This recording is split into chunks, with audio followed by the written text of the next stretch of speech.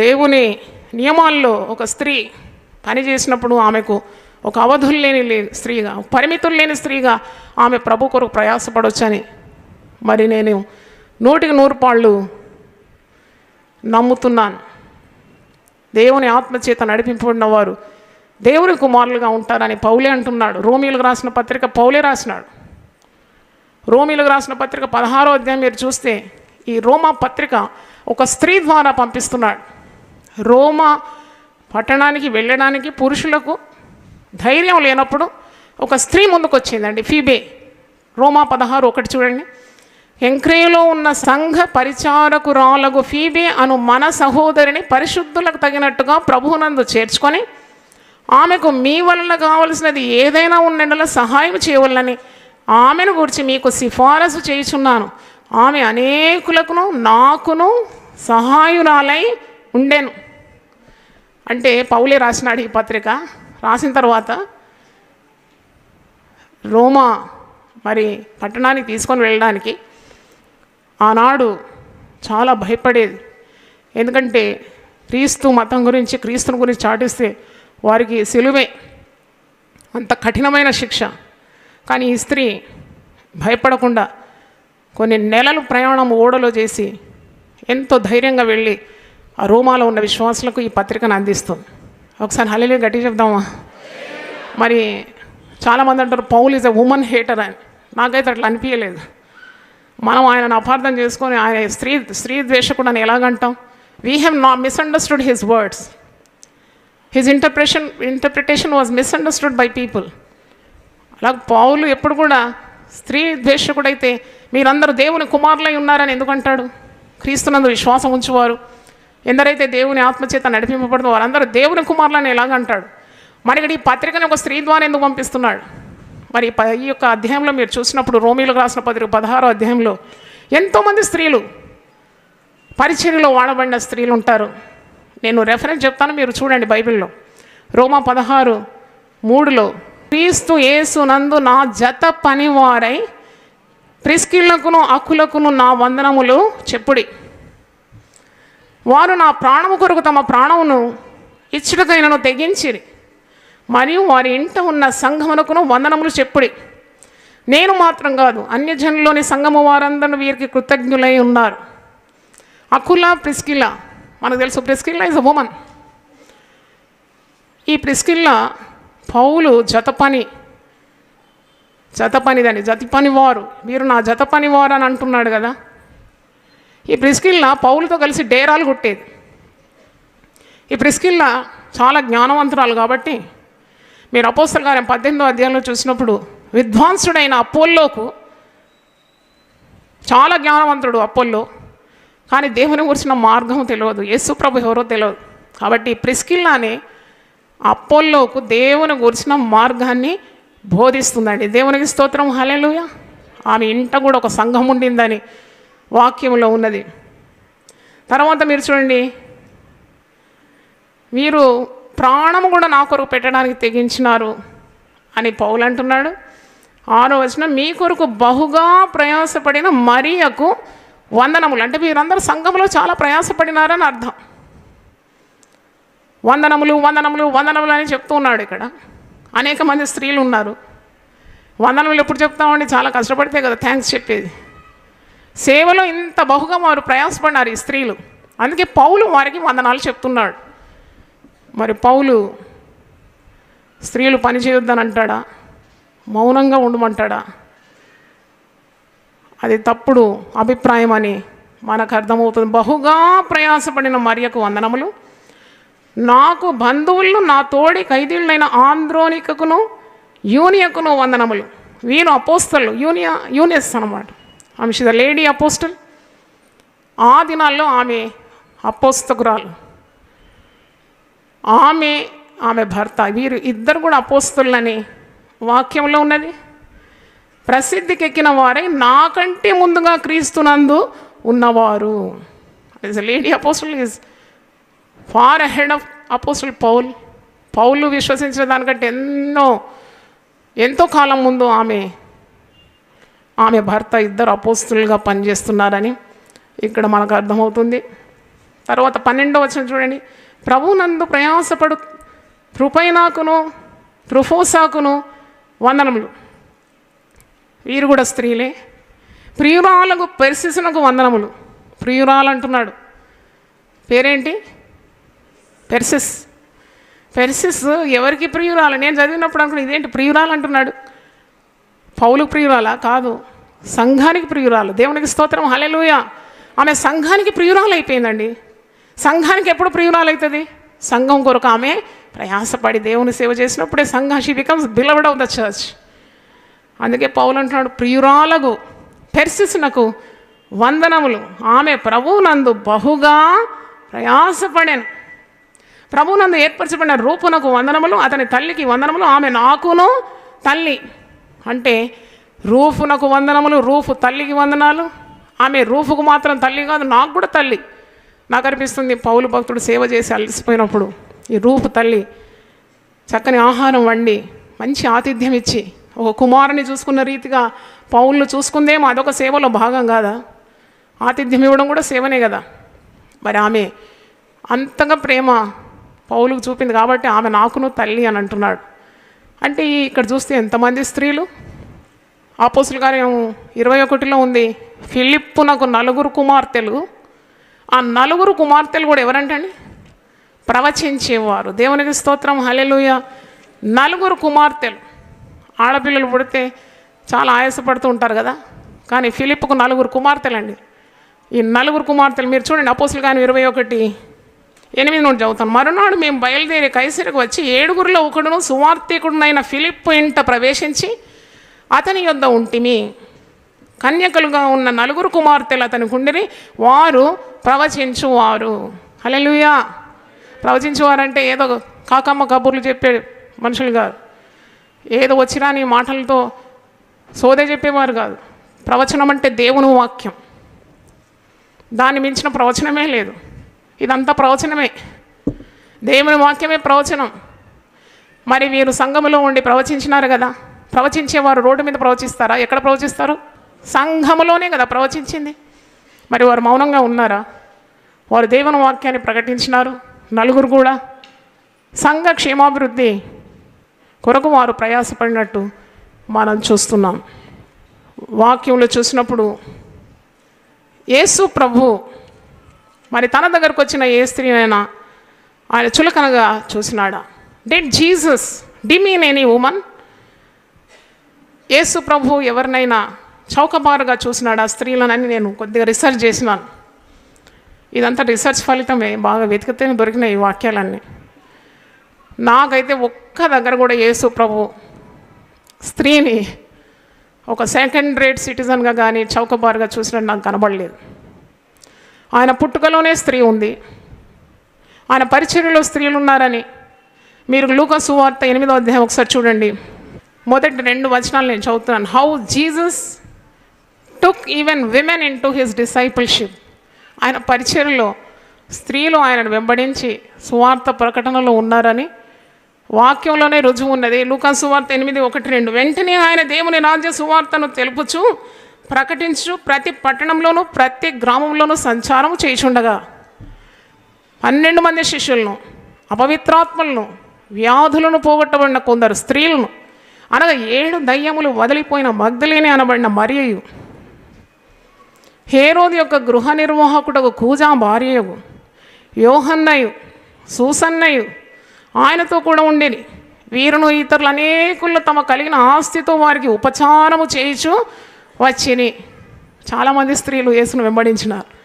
ఆయన వెంబడించినపో your woman don't follow me అన్నాడా? ఆయన అనలేదు.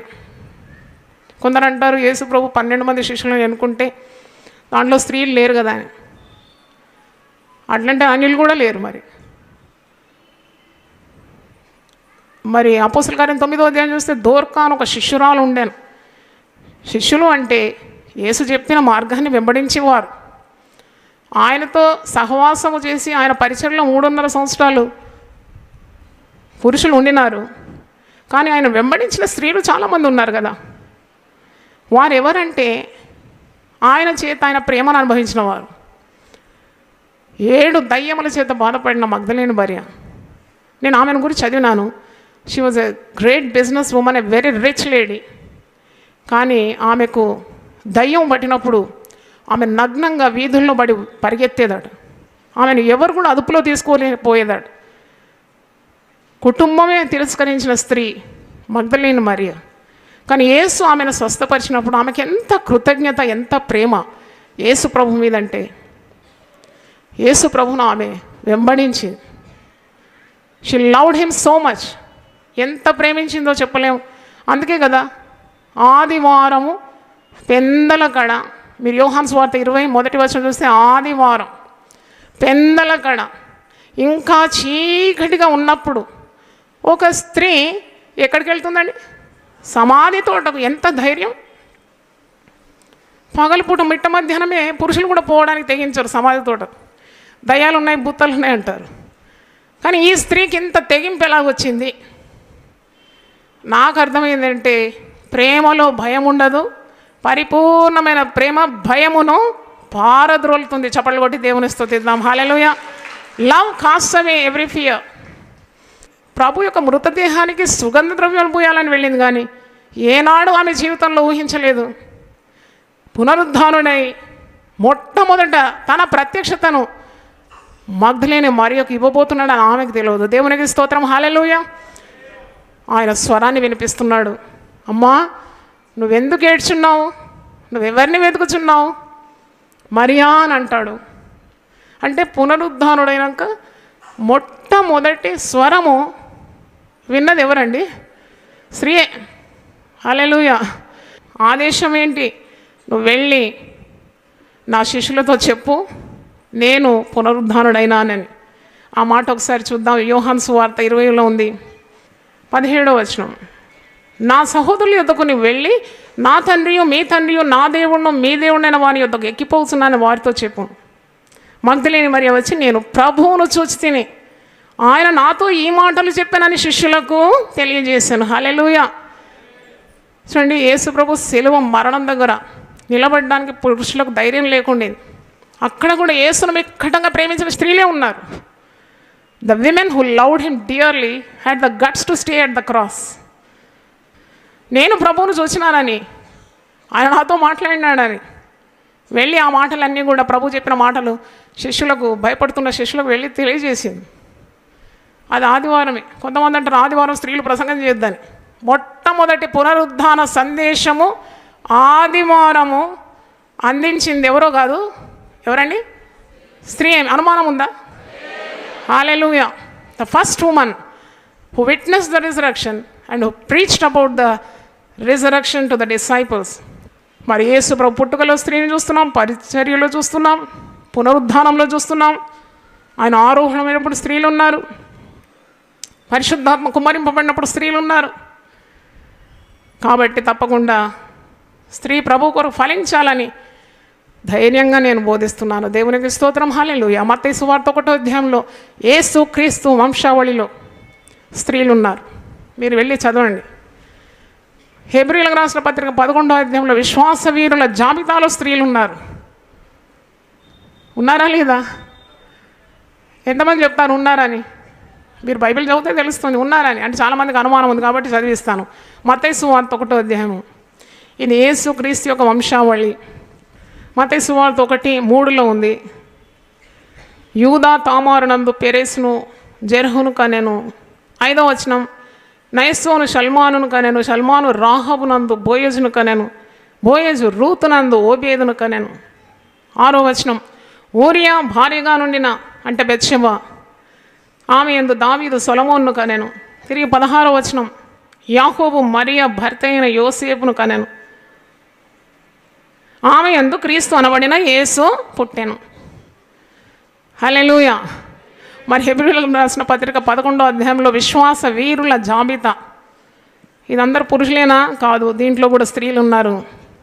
ఒకసారి చూడండి. Hebrew 11th, the list of the faith warriors.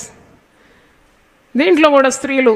Hebrew 11:11లోనే విశ్వాసమును బట్టి శారాయు వాగ్దానము చేసిన వాడు నమ్మదగిన వాడని ఎంచుకొనెను గనుక తాను వయస్సు గతించినదైనను గర్భము ధరించుటకు శక్తి పొందెను. 31వ వచనం. విశ్వాసమును బట్టి రాహాబను వేశ్య వేగుల వారిని సమాధానంగా చేర్చుకున్నందున అవిధేయులతో పాటు నశింపకపోయెను. 35వ వచనం, స్త్రీలు మృతులైన తమ వారిని పునరుద్ధానం వల్ల మరల పొందిరి. ఇలాగూ క్రీస్తు వంశావళిలో విశ్వాస వీరుల జాబితాలో కూడా స్త్రీలను మనం చూస్తున్నాం. పౌలు భక్తుడు ఒక మాట 2 కొరింథీ 3వ అధ్యాయము 6వ వచనంలో రాస్తాడు. 2 Corinthians 3:6. దాంట్లో ఏముందంటే, అక్షరము చంపును, ఆత్మ జీవింపజేయను. The letter kills but the spirit lives. అంటే అక్షరము ద్వారా నువ్వు వెళితే అది నీకు నష్టమే, కానీ దాంట్లో ఉన్న ఆత్మను నువ్వు గ్రహించాలని 2 కొరింథీ 3వ అధ్యాయం 6 చూడండి. ఆయనే మమ్మను క్రొత్త నిబంధనకు అనగా అక్షరమునకు కాదు కానీ ఆత్మకే పరిచారకులమౌటకు మాకు సామర్థ్యము కలిగించి ఉన్నాడు. అక్షరము చంపును కానీ ఆత్మ జీవింపజేయను. అంటే you should not go by the letter but you go by the spirit. పాత నిబంధనలో ప్రవక్తలను చూస్తున్నాం. దెబోరా ప్రవక్తి గురించి న్యాయాధిపతులు 4వ అధ్యాయంలో ఉంది. ఆమె దేవుడిచ్చిన ఆ యొక్క జ్ఞాన వరాన్ని, ఆ సామర్థ్యాన్ని, ఆ దివ్యమైన అభిషేకాన్ని తృణీకరించకుండా విధేయురాలైంది. ఆమె ఒక కుటుంబస్తురాలే. భర్త ఉన్నాడు, ఒక పుస్తకంలో చదివిన 6 పిల్లలు కూడా ఉన్నారు. పెద్ద కుటుంబం. ఆ పెద్ద కుటుంబంలో ఎన్ని బాధ్యతలు ఉంటాయి. ఆయన దేవుడిచ్చిన దర్శనానికి అవిధేయులు కాకుండా సరళ వృక్షం కింద కూర్చొని ఆమె ఇశ్రాయేలు ప్రజల్లో పురుషులు స్త్రీలు ఆమె దగ్గరకు వచ్చి ఆమె నోటి నుండి వచ్చే వాక్కులు, ఆ న్యాయ విధులు ఇవన్నీ కూడా వినేదని పరిశుద్ధ గ్రంథంలోనే ఉంది. అంటే 15 మంది న్యాయాధిపతులు ఉన్న కాలంలో దెబోరా ఒక్కతే స్త్రీగా న్యాయాధిపతినిగా, ప్రవక్తినిగా, ఒక ఇశ్రాయేలు తల్లిగా, గాయకురాలుగా పాట పాడుతుంది. ఇశ్రాయేల్ తల్లి దెబోరా. అంటే she had such courage. From where did she get such a courage? అది ధర్మశాస్త్ర యుగం కదా. ధర్మశాస్త్ర చట్ట ప్రకారం స్త్రీలు బయటికి రాకూడదు, ఏ పురుషుడు స్త్రీతో మాట్లాడకూడదు, ముట్టకూడదు, ఇలాంటి అన్ని నిబంధనలు ఉన్న దినాల్లోనే ధర్మశాస్త్ర యుగములో ఒక స్త్రీ దేవుని కొరకు లేచి నిలబడ్డది. సంతోషం అంటే ఒకసారి చప్పట్లు కొట్టి దేవుని స్తుతించండి. వాళ్ళు ఏండ్ల కొలది ఇశ్రాయేలు ప్రజలు నెమ్మది లేకున్నారు, శత్రువులు వారి మీద పడుతున్నారు. కానీ దెబోరా బారాక్తో కలిసి యుద్ధానికి వెళ్ళి దేవుని ప్రజలకు గొప్ప విజయాన్ని తీసుకొని వస్తుంది. దేవునికి స్తోత్రం, హల్లెలూయా. తర్వాత ప్రజలు 40 సంవత్సరాల వరకు సమాధానంగా ఉన్నారని న్యాయాధిపతుల గ్రంథంలో మనం చదువుతున్నాం. అంటే one lady could do wonders. Huldah అనే ప్రవక్తి ఉంది పాత నిబంధనలో. ఆ ప్రవక్తిని ఎంత జ్ఞానవరం కలిగిన స్త్రీ అంటే ఆమె దగ్గర రాజులు వచ్చి ఆలోచనలు అడిగేదట. రాజులు, the kings use to come to her and ask for council. అంటే with what spirit she is filled? It is nothing but the spirit of God. దేవుని స్తోత్రం, హల్లెలూయా. మిరియం అండి, మనం ఎప్పుడు మోషే గురించి ఆలోచిస్తాం కానీ మిరియం గురించి ఆలోచించారు ఎప్పుడన్నా? లక్షలాది జనానికి నాయకుడైన మోషేను కాపాడింది ఎవరండి? మిరియమే కదా. చిన్నదైనా కానీ ఆ దేవుడిచ్చిన తెలివిని వాడి మరి తన తమ్మును మోషేను రక్షించుకుంది, కాపాడుకుంది. ఆ మోషేనే పెరిగి పెద్దవాడై గొప్ప ప్రవక్త అయిపోతున్నాడు. లక్షలాది ఇశ్రాయేలు జనాన్ని నడిపిస్తున్నాడు. మిరియం కూడా తన సామర్థ్యాన్ని పక్కన పెట్టడం లేదు. ఆమె గీలక తప్పడ పట్టుకుంది, తంబూర పట్టుకుంది, లక్షలాది జనాన్ని ఎర్ర సముద్రం దాటిన తర్వాత she's leading the people in worship, ఆరాధనలో నడిపిస్తుంది. అంటే ఈరోజు మనం నేర్చుకుంటున్నాము, మనకు దేవుడు ఇచ్చిన ఏ తలాంతైనా పాతి పెట్టకూడదు. యేసు ప్రభు ఉపమానాల్లో కూడా స్త్రీలను వాడినాడు. ఆయన దగ్గరికి స్త్రీలు వచ్చినారు. ఒక స్త్రీ 10 వెండి నాణాల్లో ఒకటి పోగొట్టుకున్న ఉపమానాల్లో కూడా స్త్రీని వాడినాడు. కనాను స్త్రీ వచ్చి కేకలు వేస్తుంటే ఆమెకు సహాయం చేసినాడు. రక్తస్రావం గల స్త్రీ వస్తే ఆమెను బాగు చేసినాడు. విధవరాలు తన కుమారుని పోగొట్టుకుంటే ఆ కుమారుని లేపి ఆమెకు అప్పగించినాడు. రాళ్ళు రువి వేశ్యాస్త్రీని చంపుదామంటే ఆ స్త్రీని కూడా ఎవరూ ఆమెను ముట్టకుండా కాపాడినాడు. ఆమె పాపాలకు పరిహారం ఇచ్చినాడు. ఒక సమరయ స్త్రీ, మనుషుల చేత తృణీకరింపబడిన స్త్రీ. 5 పెనిమిట్లు ఉన్నారు, ఇప్పుడున్నవాడు నా భర్త కాడన్నది. ఆ సమరయ స్త్రీ కొరకు వెళ్ళి బావి దగ్గర ఒంటరిగా కలిసి ఆమెకు 7 మర్మాలు బోధించినాడు. యోహాను సువార్త 4వ అధ్యాయం మీరు ఇంటికి వెళ్ళి చదవండి. ఏ పురుషునికి అందించని మర్మాలను సమరయ స్త్రీతో పంచుకున్నాడు.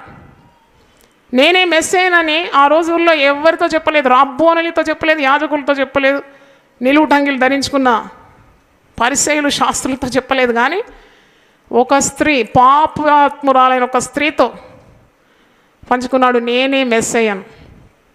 చప్పట్లు కొట్టి దేవుని స్తుతించాడు. ఈ బావిలోని నీళ్లు త్రాగువాడు మరీ దప్పికొంటాడు, కానీ నేనిచ్చు నీళ్లు త్రాగువాడు మరెన్నడూ దప్పి. ఇన్ని ప్రశస్తమైన మాటలు. నన్ను ఆరాధించేవారు ఆత్మతోనూ సత్యంతోనూ ఆరాధించాలి అని ఈ మర్మాలన్నీ బోధించింది ఒక స్త్రీకి కదా. అంటే మనం అర్థం చేసుకోవాలి. Why a women should be silent with a great gospel in her heart. ఆమె ఇంత గొప్ప రక్షణ అనుభవాన్ని అణుచుకొని ఎందుకు స్త్రీ మౌనంగా ఉండాలి? ఆ సమరయ స్త్రీ ఆ రోజు మౌనంగా ఉందా? ఆమె వెళ్ళి గ్రామాలకు చాటించేసింది, ఇదిగో నేను చేసినవన్నీ, నాతో చెప్పినవన్నీ మీకు నేను చూపెడతాను రండి అని ఆ గ్రామాన్ని తోడుకొని వచ్చింది. కుండ విడిచిపెట్టింది, కుండ పక్కన నడుము మీద పెట్టుకొని వచ్చింది. కానీ ఇంత గొప్ప సత్యాలు గ్రహించిన తర్వాత ఆ కుండనే మర్చిపోయింది, వెళ్ళి సువార్తను చాటించింది. దేవునికి స్తోత్రం. God can use any person. నేను ఎందుకు చెప్తున్నానంటే women has the great potential to do great works for the lord. తమ దేవుని ఎరుగువారు బలము కలిగి గొప్ప కార్యాలు చేస్తారు. చప్పట్లు కొట్టి దేవుని స్తుతించండి. తమ దేవుని ఎరుగువారని చెప్పి బ్రాకెట్లో పురుషులు మాత్రమే అని లేదు కదా. తమ దేవుని ఎరుగువారు ఎవరైనా, స్త్రీలైనా పురుషులైనా. వాక్యము సమంగా ఉంది. పరిశుద్ధ గ్రంథము అందరి చేతుల్లో ఒకే రీతిగా ఉంది. వాగ్దానాలు అందరికీ సమంగా ఉంది. మీరు సర్వలోకానికి వెళ్ళండి, సర్వ సృష్టికి సువార్త అందించండి. ఇది కేవలం పురుషులకే ఈ వాగ్దానము, ఈ ఆదేశం అని లేదు. మీరు కనిపెట్టండి, మీరు పరిశుద్ధాత్మ శక్తిని పొందుకోండి అని పురుషులకు మాత్రం కాదు. చూడండి, అన్ని సమంగా ఉన్నప్పుడు నువ్వు ఫలించాలి ప్రభు కొరకు. దేవునికి స్తోత్రం. హల్లెలూయా. మరి పరిశుద్ధ గ్రంథం నుండి మనం అనేక రీతులుగా ఈరోజు వాక్యాన్ని ధ్యానించినాం. ఒకవేళ ఒక స్త్రీ పరిశుద్ధాత్మ పూర్ణాలై దైవ కార్యాలు చేయాలని ఆసక్తితో ఉన్నప్పుడు నువ్వు ఆటంకం పెడితే నువ్వు పరిశుద్ధాత్మనే దుఃఖపరుస్తున్నావు. You are grieving the holy spirit. అలాంటి పాపం మనం ఎప్పుడు కూడా చేయకూడదు. క్రమ పద్ధతిలో స్వస్థ బుద్ధితో దేవుడిచ్చిన వరాలను, దేవుడిచ్చిన వాగ్దానాలను, దేవుడిచ్చిన సామర్థ్యాన్ని, దేవుడిచ్చిన అభిషేకాన్ని పోగొట్టుకోకుండా తప్పకుండా పరలోక రాజ్యాన్ని కట్టడానికి ప్రతి స్త్రీ కూడా లేవాలని మాటలతో నా యొక్క ప్రసంగాన్ని ముగిస్తున్నాను. దేవుని స్తోత్రం. దేవుడు మనల్ని సమృద్ధిగా దీవించునుగాక. గొప్ప దేవ, వాక్యం ద్వారా మాట్లాడినావు. పాత నిబంధనల్లో ఎంతోమంది స్త్రీలు, క్రొత్త నిబంధనల్లో ఎంతోమంది స్త్రీలు ప్రభు కొరకు వాడబడినారు. సంఘములో పరిచర్యలో వాడబడినారు. యేసును వెంబడించడంలో స్త్రీలు ఉన్నారు. పరిశుద్ధాత్మ కొరకు కనిపెట్టు వారిలో స్త్రీలు ఉన్నారు. వాక్యాన్ని బోధించడంలో స్త్రీలు ఉన్నారు. ప్రభువా, ఇవన్నీ వాక్యం నుండి మీరు ఎత్తి చూపెట్టినారు. మీకు వందనాలు చెల్లిస్తున్నాం. ఇంకా పిరికితనం గల ఆత్మ ఉంటే దాన్ని బంధిస్తున్నాము యేసునామములో.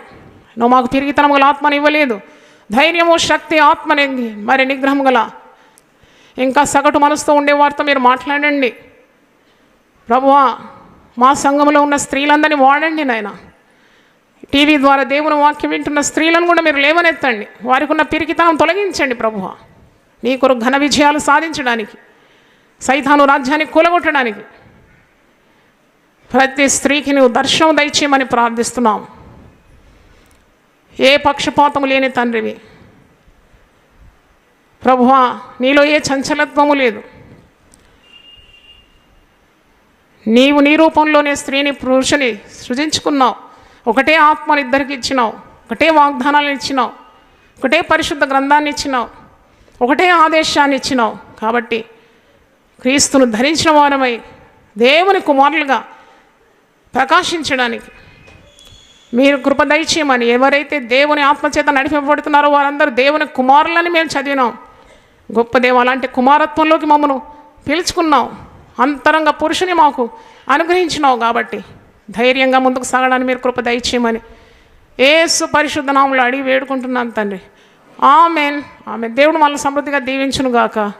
ఈ దినం దేవునితో నేను. కుటుంబ వ్యవస్థలు, జీవన విలువలు అస్తవ్యస్తంగా మారుతున్న ఈ రోజుల్లో ప్రభువు దాసురాలు రెవరెండ్ డాక్టర్ జాయ్ చెరియన్ గారు దైవ దర్శనంతో ప్రభువు సన్నిధిలో కనిపెట్టి పొందిన 366 విభిన్న ధ్యానాంశములను ప్రతిదినం దేవునితో నేను అనే పుస్తక రూపంలో ప్రపంచానికి అందించారు. ఇది అనేకుల జీవితాలను ప్రభావితం చేసే ఒక విలక్షణమైన గ్రంథము. పరిశుద్ధాత్మ దేవుడు ఈ పుస్తకమును పఠించే ప్రతి ఒక్కరిని స్పృశించి శక్తితో నింపునుగాక. ఈ పుస్తకాలిప్పుడు అందరికీ అందుబాటులో ఉన్నాయి.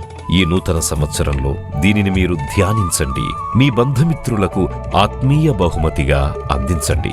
పుస్తక ప్రతుల కొరకు సంప్రదించవలసిన ఫోన్ నంబర్లు 9550504718, 9030757571.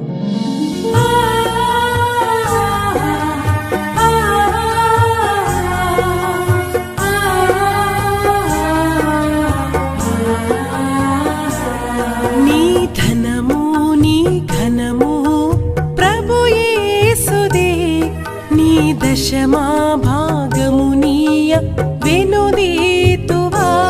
నీ ధనము నీ ఘనము ప్రభు యేసుదే, నీ దశమా భాగమునీయ వెనుదీతువా. ధరలోన ధనధాన్యములనీయగా కరుణించి కాపాడి రక్షింపగా. ధరలోన ధనధాన్యములనీయగా కరుణించి కాపాడి రక్షింపగా. పరలోకనాదుండు నీకీయగా మరి యేసు కొరకీయ వెనుదీతువా. పరలోకనాదుండు నీకీయగా మరి యేసు కొరకీయ వెనుదీతువా. నీ ధనము నీ ఘనము ప్రభు యేసుదే, నీ దశమా భాగమునీయ వెనుదీతువా. పాడి పంటలు ప్రభువు నీకీయగా కూడు గుట్టలు నీకు దయచేయగా. పాడి పంటలు ప్రభువు నీకీయగా కూడు గుట్టలు నీకు దయచేయగా. వీడంగ ప్రభు యేసు నామమున